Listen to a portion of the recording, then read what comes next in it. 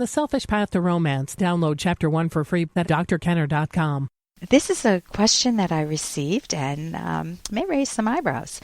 Dear Dr. Kenner, I've been with my boyfriend for 4 years. He's now telling me it's okay for him to imagine having sex with other women. Is this true? I thought healthy relationships meant you only think about yourself sexually with your partner. I understand being attracted to other women, but I didn't think it would be okay to think about them in a sexual manner. Thank you, Joanne.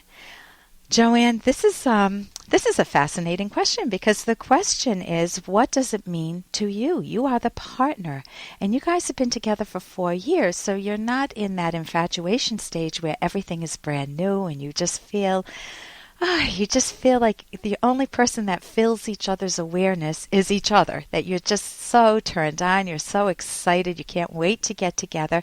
When you've been together for 4 years, most people settle into a normal relationship, and they need to put in effort to keep that relationship vibrant. I know I'm very lucky. I have a husband who said what you do to win something, what you do to win someone, you have to do to keep somebody. Now, it's not that you have to do it, you want to do it. You want to make your relationship rich, and it's very rare that couples can keep the sexual relationship going for many years. So, let me put it this way. It is totally proper to fantasize. There is nothing wrong with fantasizing. If you wanted to fantasize about Pierce Brosnan or somebody else, a movie star, what is the harm done? Well, if that's all you fantasized about, and if every time you were with your husband you put Pierce Brosnan's picture on his face, that would obviously not be good. You're talking about him again? Yeah, Pierce Brosnan, my former heartthrob when I first saw him on, believe it or not, Mrs. Doubtfire. I just kind of got a little crush on him then. That lasted for a bit. But anyway, back to this. You've been together for 4 years. So if your partner said to you, if he presented it to you saying, "Hey, I got to interrupt this because we've got to pay some bills. 30 seconds, that's it. A very quick ad, and then Alan will be back." Romance. I wish I knew more about what girls want from a relationship. Boy, I wish I knew more about what I want. Where's that ad I saw? Here it is. The Selfish Path to Romance, a serious romance guidebook. Download Chapter 1 for free at selfishromance.com and buy it at amazon.com. The Selfish Path to Romance. That is interesting. If your partner said to you, if he presented it to you saying, "I love you so much," and occasionally I'll have passing thoughts of a fantasy with somebody else.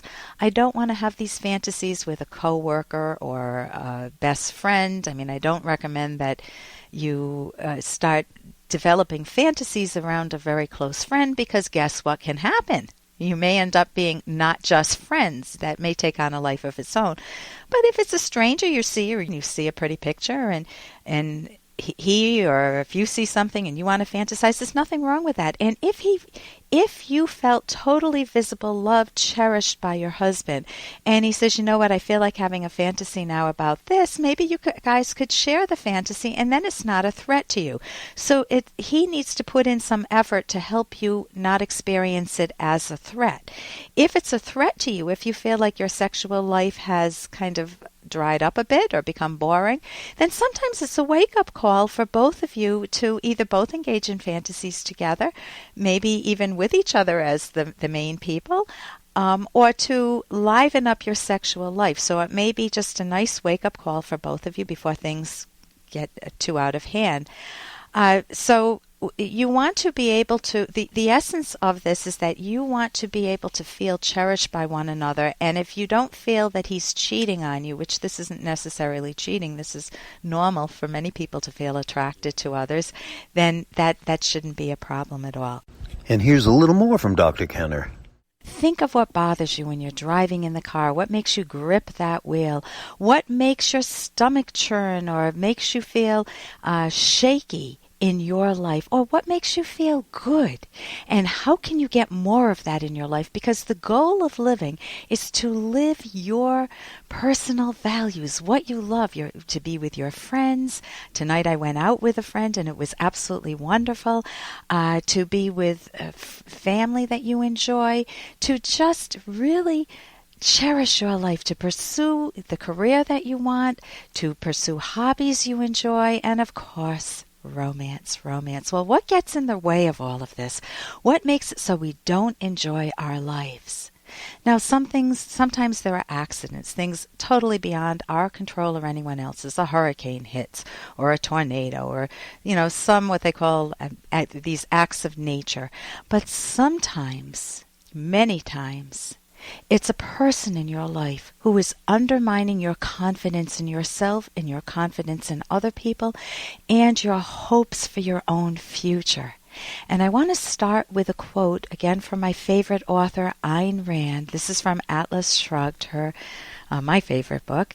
But she writes, quote, "Somewhere in the starting years of your childhood, before you had learned to submit to absorb the terror of unreason and to doubt the value of your mind, you had known a radiant state of existence. You had known the independence of a rational consciousness facing an open universe. That is the paradise which you have lost, which you seek, which is yours for the taking." Unquote. Rediscover your own confidence, your own mind.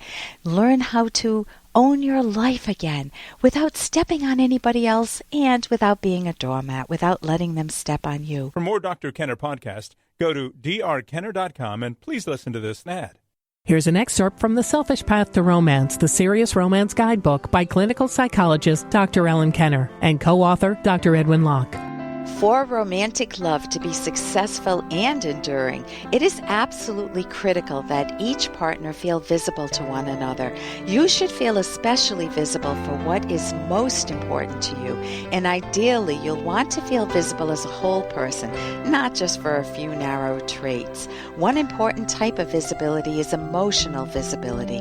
Emotional visibility means understanding and empathizing with each other's emotions. Another important type of visibility is philosophy of life visibility. Philosophy of life visibility means understanding and acknowledging your partner's deepest values and sense of life. You can download Chapter 1 for free by going to drkenner.com. And you can buy The Selfish Path to Romance at amazon.com.